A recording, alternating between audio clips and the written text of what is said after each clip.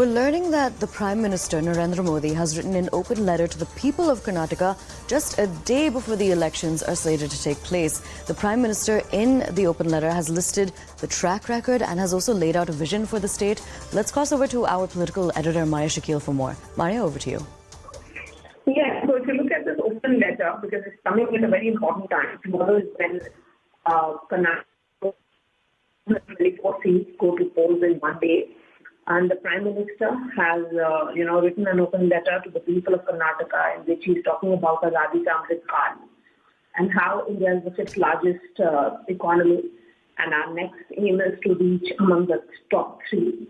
He goes on to talk about how the journey has been and Karnataka's role particularly in reaching the $1 billion economy on its own, and how Karnataka has witnessed all this in the last 3.5 years because of double-ended government, the BJP government at the center and the same party government in the state.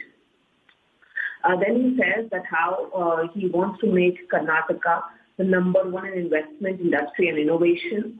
Then he says number one in education, employment and entrepreneurship. All this will happen only when it is about the next generation urban infrastructure can come in Karnataka. The issue is about raising the quality of life. All that can happen only and only if it is the BJP government in the state of Karnataka.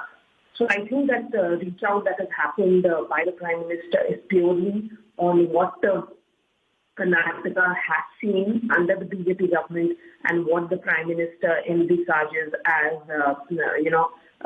what his vision for the state is. And it becomes important because this is coming, as I said, just 24 hours before Karnataka polls tomorrow.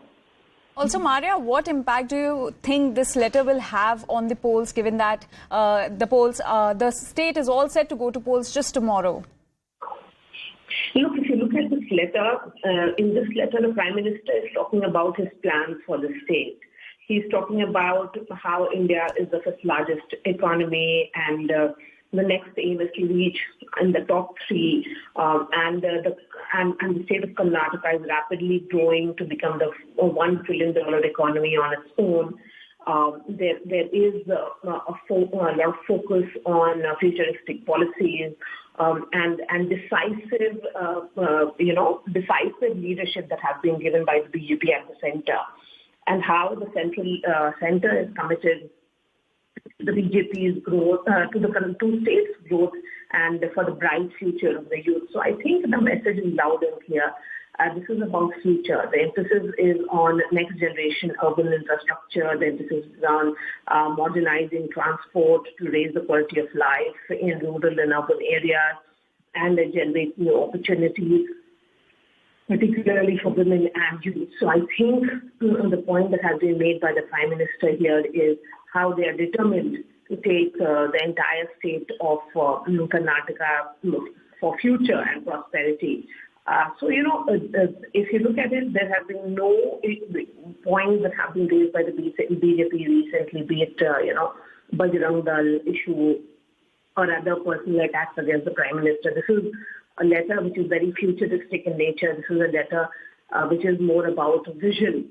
And that is the reason why it becomes important, because the BJP's concern certainly is, Bangalore in particular, because that's where the challenges of urban infrastructure and others have been in the last few months, last few years. And if the BJP is able to change the narrative in Bengaluru, then they can make some